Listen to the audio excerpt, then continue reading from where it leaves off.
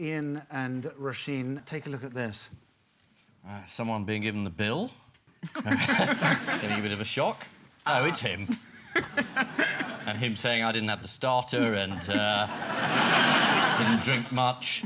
It's David Cameron getting a massive bill when he went to Europe for not turning his data roaming off. 1.7 billion, it's a lot, isn't it? No, he got a shock, because although we know the Prime Minister's absolutely on top of all the detail, no one had told him that he was due to get a £1.7 billion bill, so he had a bit of a fit. And he said, I'm not going to pay it. You're bang on. Of course, it is the 1.7 billion.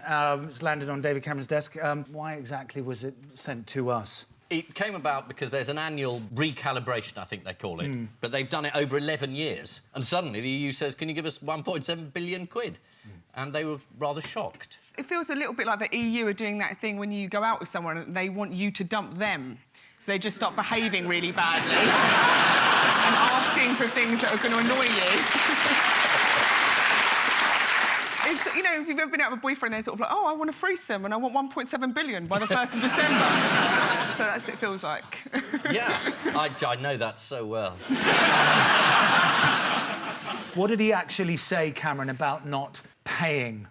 He said, if anyone thinks I'm going to pay this now, he added the now, they've got another thing coming. Yeah. Because obviously he'll pay it later.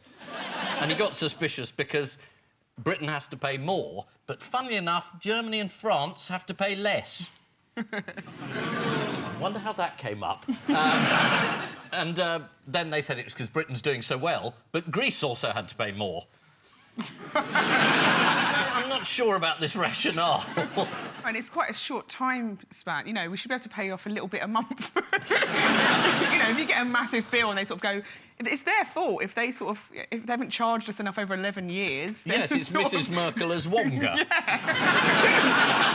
it's GDP, isn't it? It's the thing... And one of the complaints is that they've been measuring our GDP in a way that includes... drugs and prostitution. Yeah. Which is, if you think, that is a reasonable way of measuring how an economy is doing. Yeah.